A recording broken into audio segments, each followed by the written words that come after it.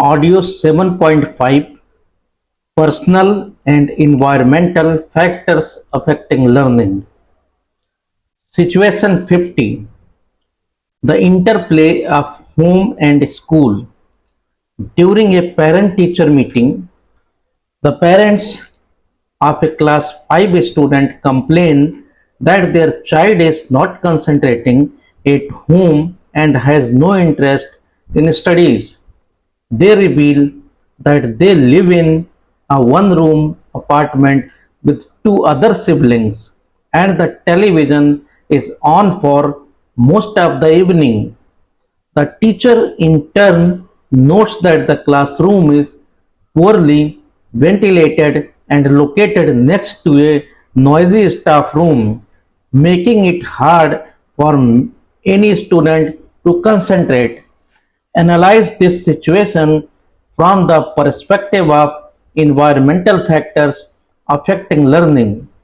How do the home's physical environment and the school's physical environment create a double jeopardy for this student's ability to concentrate? This scenario illustrates a classic case of double jeopardy where negative environmental factors at both home and school synergistically undermine a student's capacity for learning. The student's home environment lacks the basic prerequisites for focused academic work. The absence of a quiet study space and the constant distraction from the television create a high stimulus chaotic setting. This makes it nearly impossible for the child to engage in deep cognitive processing required for homework or self-study, leading to frustration and an apparent lack of interest. This disadvantage is then compounded at school. The poor ventilation in the classroom can lead to drowsiness and reduced cognitive alertness, while the noise from the adjacent staff room provides a constant source of auditory distraction.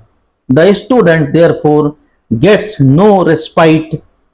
They move from a distracting home environment to a distracting school environment. This continuous demand on their brain to filter out irrelevant stimuli depletes their attentional resources, making concentration a monumental challenge in both settings and severely hampering their academic progress. Situation 51 Analyze the interconnectedness of peer group influence the teacher-learner relationship. Number A. How can a strong positive teacher-learner relationship mitigate the effects of negative peer pressure? Number B.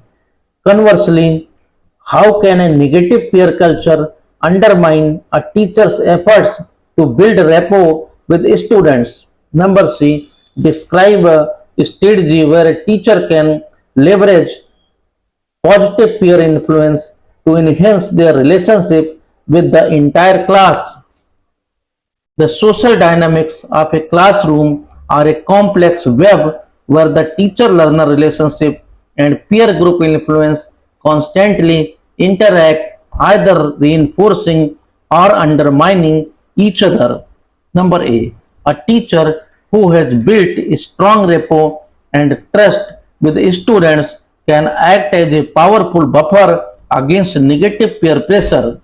When students respect and feel connected to their teacher, the teacher's values and expectations can become a competing positive influence. A student who is being pressured to underperform might be more resilient if they have a supportive teacher who acknowledges their effort and believes in their potential. This positive relationship provides an alternative source of validation and belonging. Number B, a pervasive negative peer culture, such as one that promotes being too cool for school, can actively sabotage a teacher's attempts to build rapport. If the group norm is to be defiant or disrespectful, students may feel pressured to act aloof or hostile towards the teacher to maintain their social standing. In such a climate, any student who responds positively to the teacher risks being ostracized by their peers, making it very difficult for the teacher to establish a positive connection with individuals. Number C. A teacher can leverage positive peer influence by identifying and empowering social leaders within the class by giving these influential students meaningful responsibilities. Exemplary criteria: group leader, tech assistant, peer tutor. The teacher validates their status in a constructive way when other students see these respected peers collaborating positively with the teacher. It can shift the entire class dynamic. This strategy co-opts peer influence, making it an ally in building a classroom culture of respect and cooperation, which enhances the teacher's relationship with all students. Situation 52. While both differentiated instruction (DI) and universal design for learning (UDL) aim to address learner variability, they differ in their approach. Compare DI and UDL, focusing on when and how they are implemented in the instructional design process.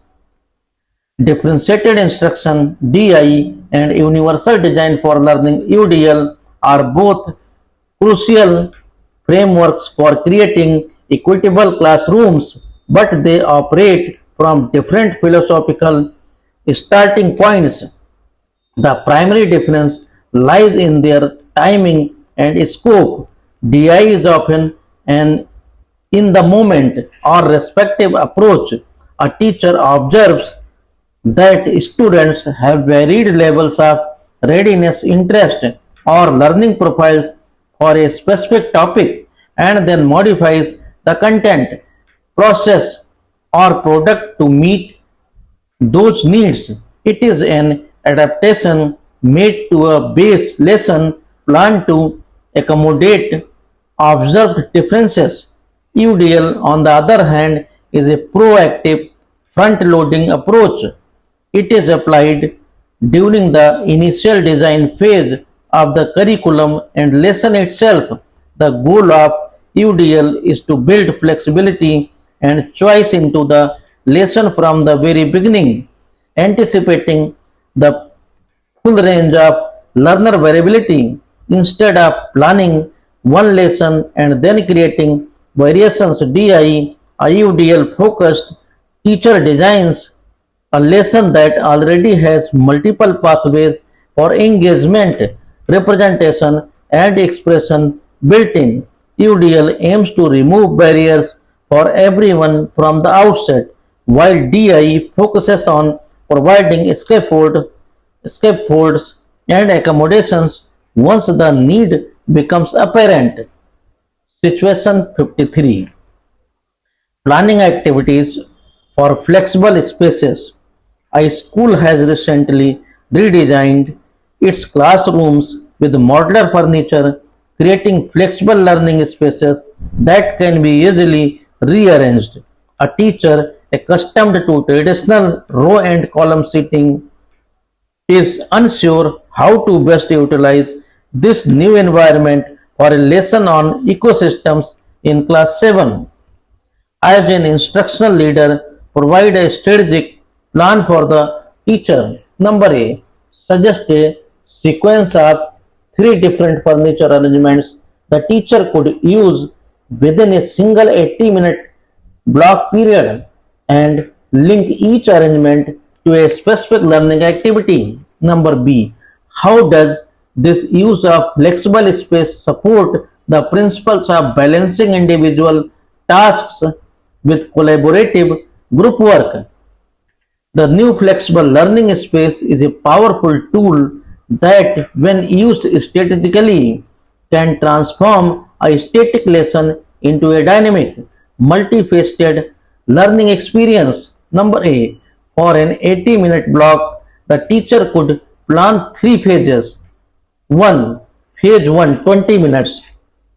Arrange chairs in a U shape facing the smartboard for a full class introduction and direct instruction on the key concepts of an ecosystem. 2. Phase 2 40 minutes. Rearrange the modular tables into 5 or 6 pods or clusters for a collaborative group task. Each group could be assigned a different ecosystem, exempligratia, desert, rainforest, to research and create a poster on. 3. Phase 3 20 minutes. Rearrange the furniture back into a large circle for a gallery walk where each group presents its power, followed by a whole class discussion and reflection. B. This strategic use of space perfectly balances individual and collaborative work. The U-shape arrangement supports individual listening and note-taking during direct instruction. The shift to pods is explicitly designed to foster collaborative skills, discussion, and teamwork. The final circle arrangement encourages whole group interaction and shared learning. This physical transformation of the room signals and supports the pedagogical shifts throughout the lesson, keeping students engaged and allowing them to work in different social configurations, catering to both introverted and extroverted learning preferences and a variety of tasks. Situation 54.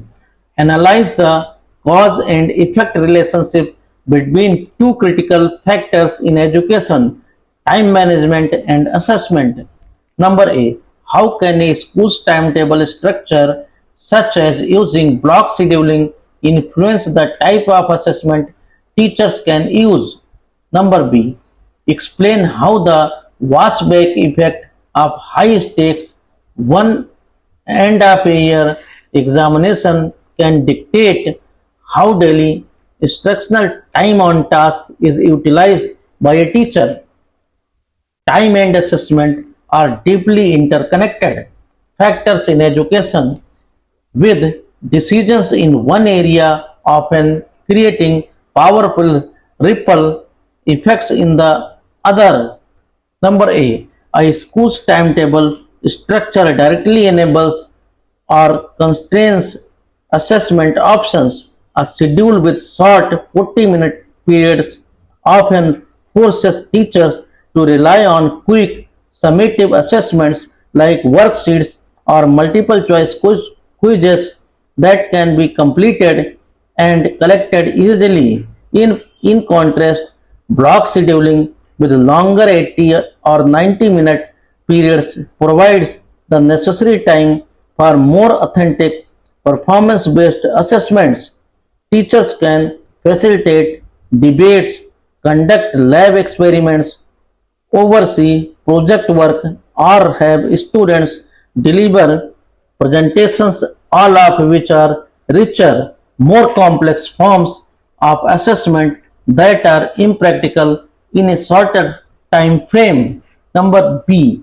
The washback effect of high stakes exams creates immense pressure to align instruction with the test format. If the final exam is known to consist primarily of multiple choice questions testing factual recall, a teacher will feel compelled to use daily instructional time on task for activities that prepare students for this format.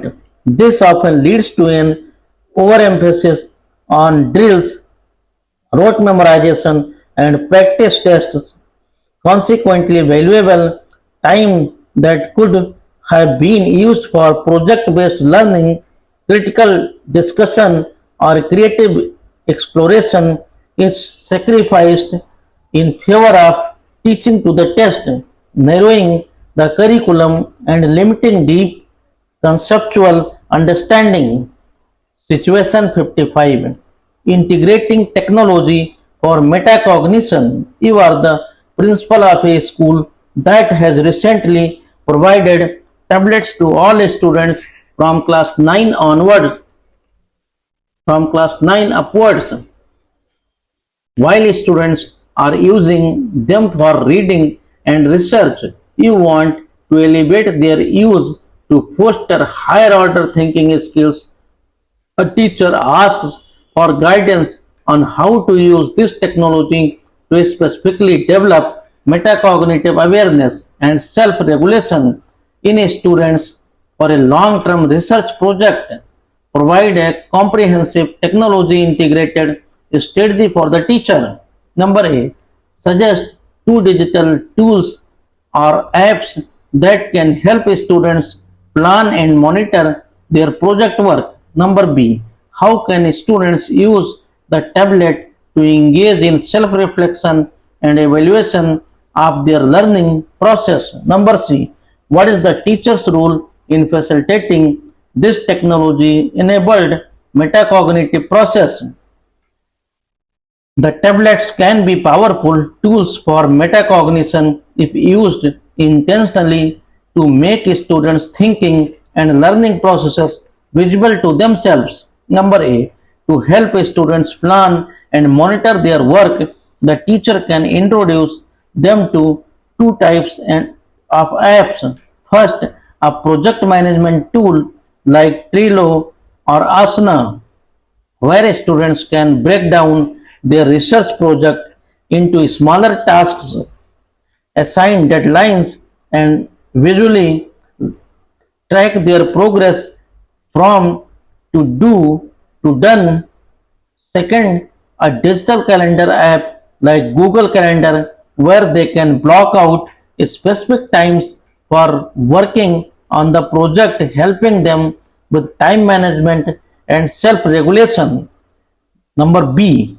Students can use the tablet for self-reflection by keeping a digital learning journal or a blog. After each work session, they could be prompted to write a short entry answering questions like what was my goal today, what did I accomplish, what was challenging, what strategy will I try next time. They could also use the video recorder to create short blogs explaining their thought process at different stages, which they can later review to evaluate their own learning journey. Number C. The teacher's role shifts from being a content provider to a metacognitive coach. They must explicitly teach students how to use these digital tools for planning and reflection. The teacher should regularly check in on the students' digital plans, provide feedback on their reflective journals, and hold conferences to discuss not just the project's content but the students' learning process, asking questions like I see you are stuck here. I Questions like I see you are stuck here. What other strategies could you use? Situation 56. A principal's oversight is key to integrating discipline, management, and leadership. Number A. How should a principal guide teachers to find the right order versus freedom balance in the classroom? B. Why is a proactive classroom management approach, as overseen by leadership, more aligned with the goals of KVS NVS? Number C. What kind of leadership oversight is required to ensure teachers are mitigating negative learning factors effectively. A principal's leadership is the linchpin that connects school-wide policies on discipline and management with the actual practice of creating a conducive learning environment in every classroom. Number A. A principal should guide teachers to see order and freedom not as opposites but as complementary. The goal is structured the goal is structured freedom. This means leadership should promote the establishment of clear, simple, and consistent classroom routines and expectations. The order, once this predictable structure is in place, students feel safe and know the boundaries. Within this secure framework, teachers can then grant significant freedom and choice in learning activities, fostering creativity and autonomy. Number B, a proactive classroom management approach which focuses on building relationships and preventing misbehavior is more aligned with the ethos of KVS NVS. These residential NVS or community hub KVS schools aim for holistic development. A proactive approach builds a positive, respectful school community, which is essential in these settings.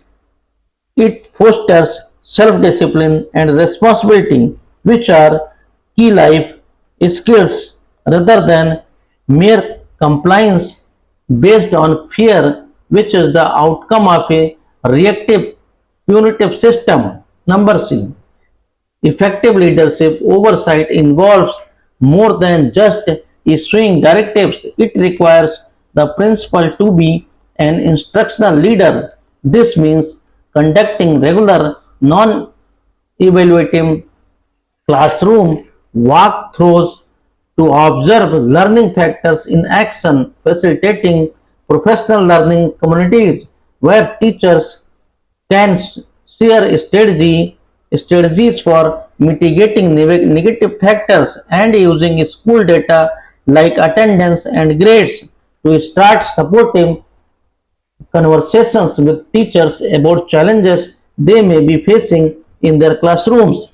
Situation 57. Analyze the contemporary relevance of integrating data systems with school culture initiatives or a KVS NVS principle.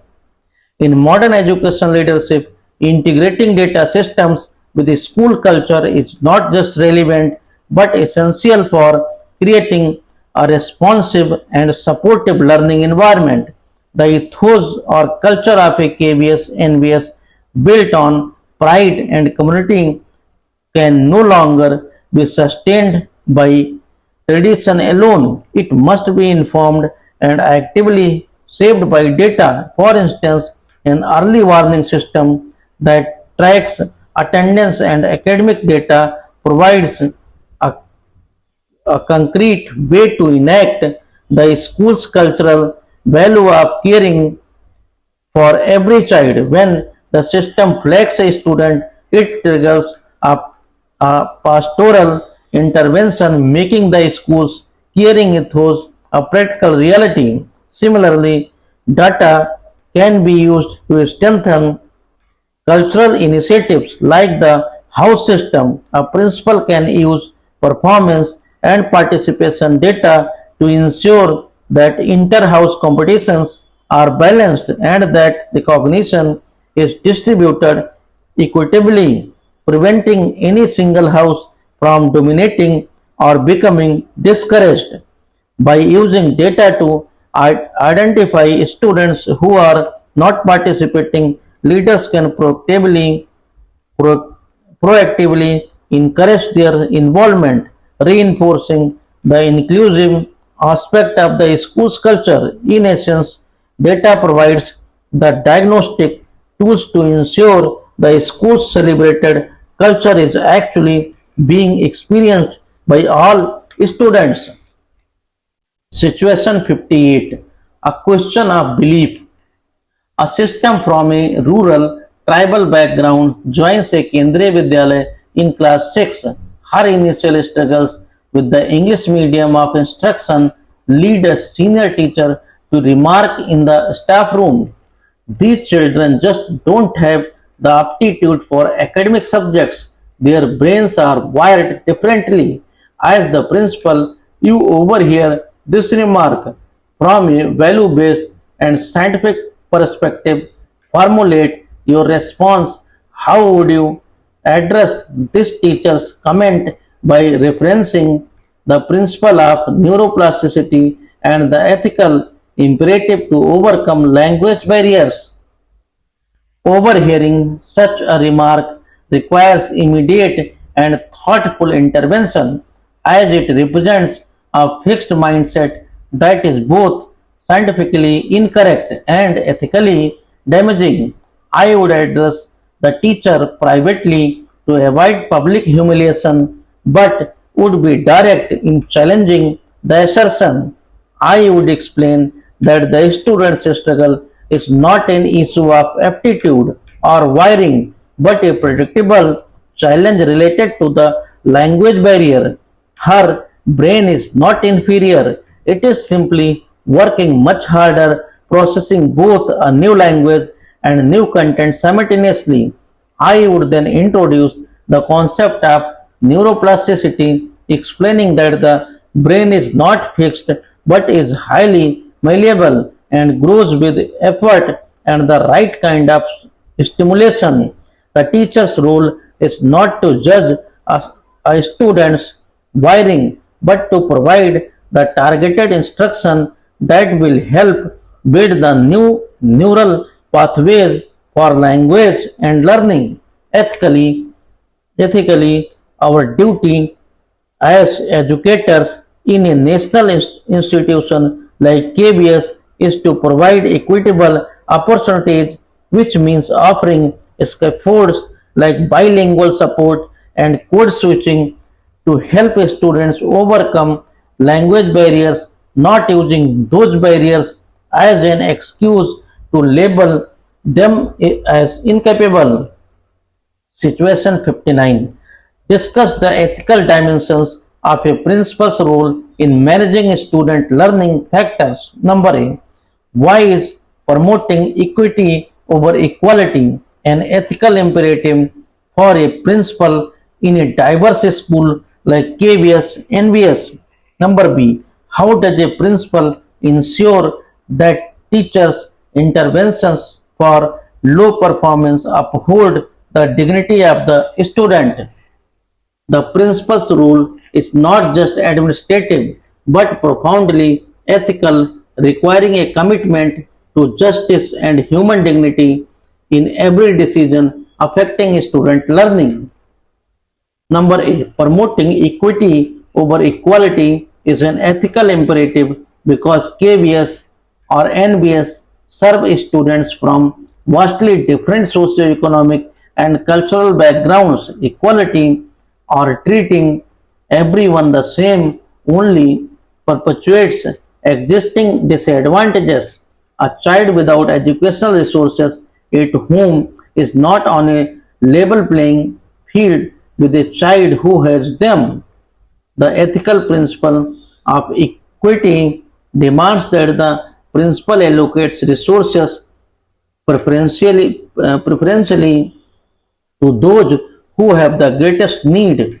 This means providing more support, more time, and more resources to disadvantaged students to give them a fair opportunity to succeed. It is an act of justice, not just fairness.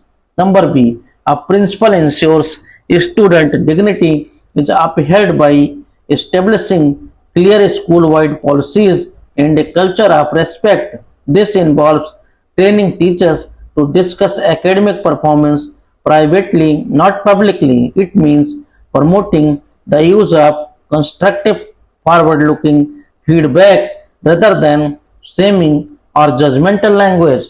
The principal can model this by their own interactions and can institutionalize practices like student led conferences where students take ownership of their learning journey.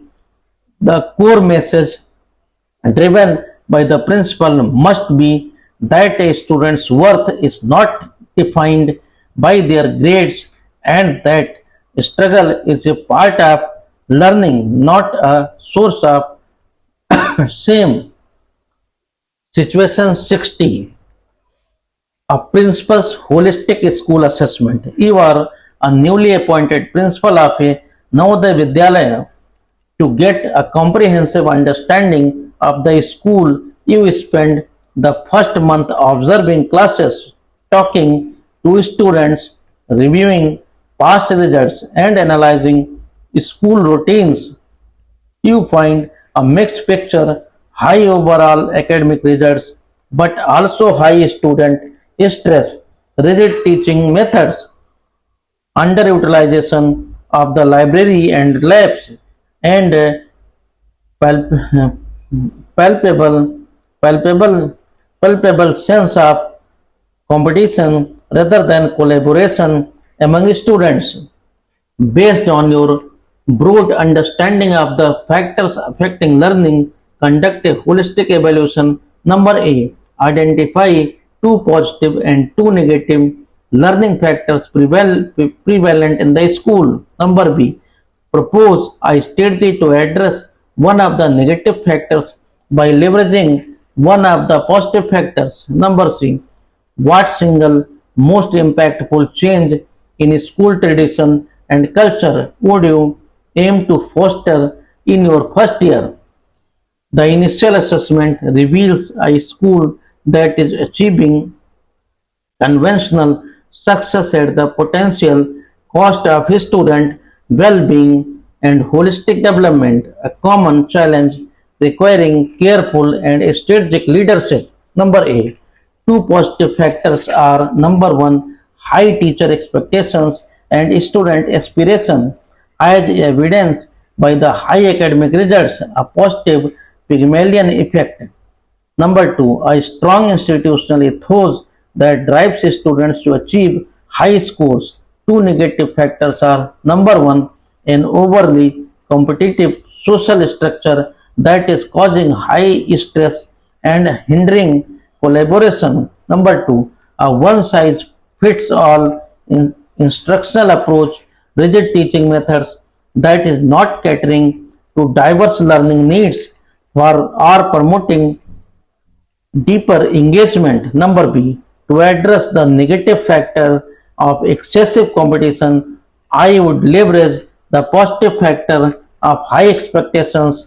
I would introduce prestigious, high profile collaborative excellence awards for interdisciplinary group projects by creating a highly valued goal that can only be achieved through teamwork. I would channel the existing drive for success, high expectations, away from individual competition and towards collaborative effort, demonstrating that teamwork is a path to high achievement. Number C.